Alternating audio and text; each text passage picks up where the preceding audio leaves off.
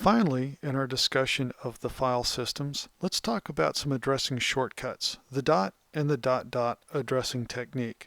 This is very useful when you're deep within the bowels of the system and you don't want to make long drawn out complete absolute path references.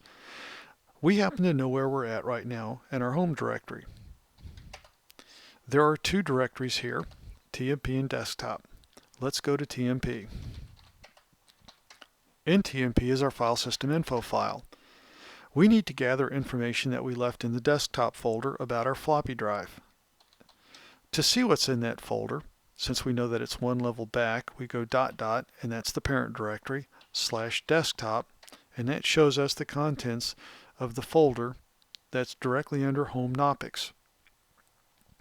We can copy the floppy file, cp for copy space dot dot slash desktop slash floppy, followed by a single dot, which references the current location. And now when we do an LL, there are the two files.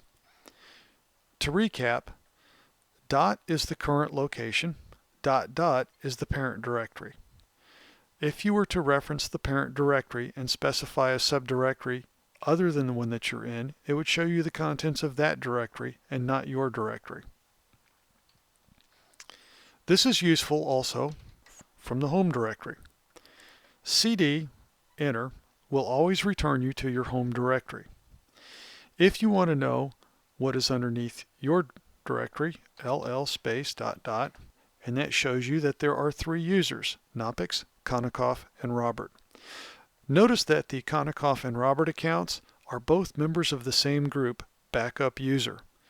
These are authorized users that have been assigned backup responsibilities and therefore have their very own group so that they can share files and permissions. The dot and the dot dot allow you to take shortcuts, especially if you have long paths and you're working within a directory structure that is deep within the bowels of the system. It controls typographical errors and keeps all files relative to the central location from which you're working.